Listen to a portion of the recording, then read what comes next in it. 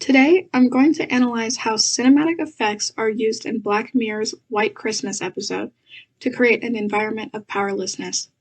Each episode of Black Mirror is a social commentary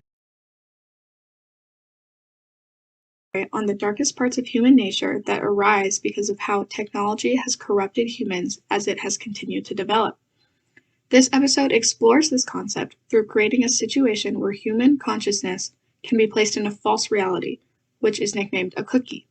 In this episode, criminals are punished in this way by placing their consciousness into a distressing setting that is specific to the crime in which they committed. The scene starts with an overhead camera shot that establishes the setting the main character Joe is in.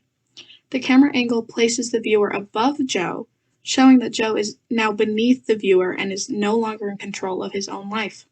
His cookie is placed within the cabin in which he committed the murder of his ex-girlfriend's father. The lighting in the cabin is dim, with the only light appearing through the windows, creating a half-lit, half-unlit, disorienting setting. The camera then cuts to a shot through the window, through Joe's point of view, showing the body of a young girl who died as a result of Joe's actions out in the snow. Joe cared very deeply about the girl, since he believed for years she was his daughter. Joe is to endure his sentence in the tragic outcome of his choices, which he is visibly distraught about. This scene is then juxtaposed with a shot of somebody in a real-world office selecting a song to be played in Joe's false reality. The shot is clean and well lit, which is starkly different from the false reality Joe is placed in. The song selected by the officer is I Wish It Could Be Christmas Every Day. Although you can't hear it, it's playing in the scene. This song is meaningful to Joe since it was the song that was playing on the radio when Joe committed his crime.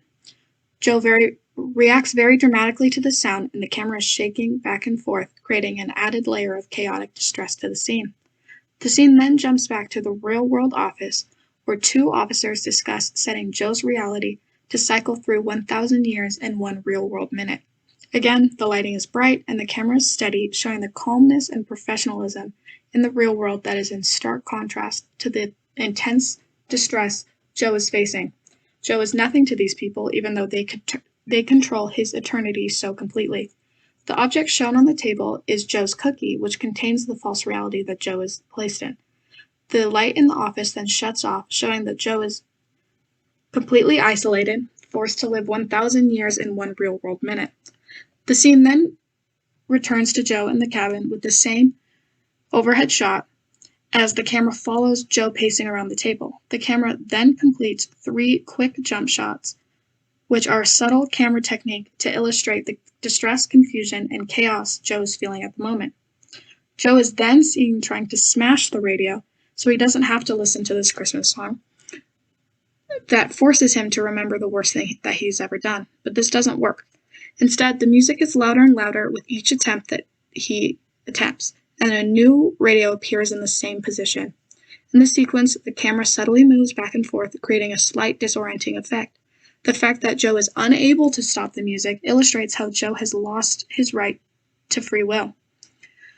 The music seems to be the final element that makes Joe realize the weight of the situation that he's placed in and the control that he has lost over his own life. This is shown as the camera then jumps to a shot of Joe with his hands on his head screaming while the camera continues to shake. Joe is standing directly in front of the window, and when he moves, the lighting changes, creating a slight disorienting effect that the viewer can feel to relate to what Joe is experiencing. Joe then sits down on the floor, and the camera captures this moment with the tilted angle, or a Dutch angle, which, as we discussed in class, creates unease in the mind of the viewer and often depicts characters going through mental anguish.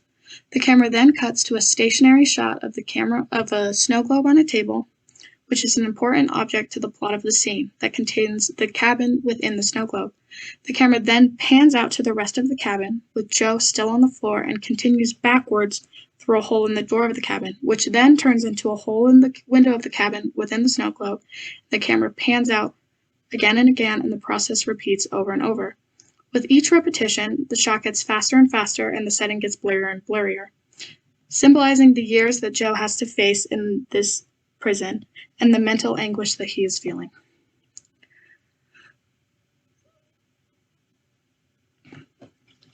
The scene then jumps straight to the credits and the episode is over.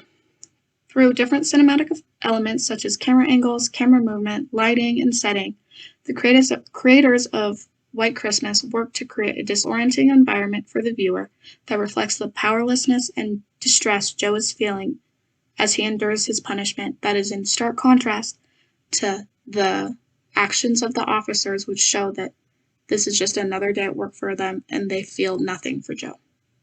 Thank you.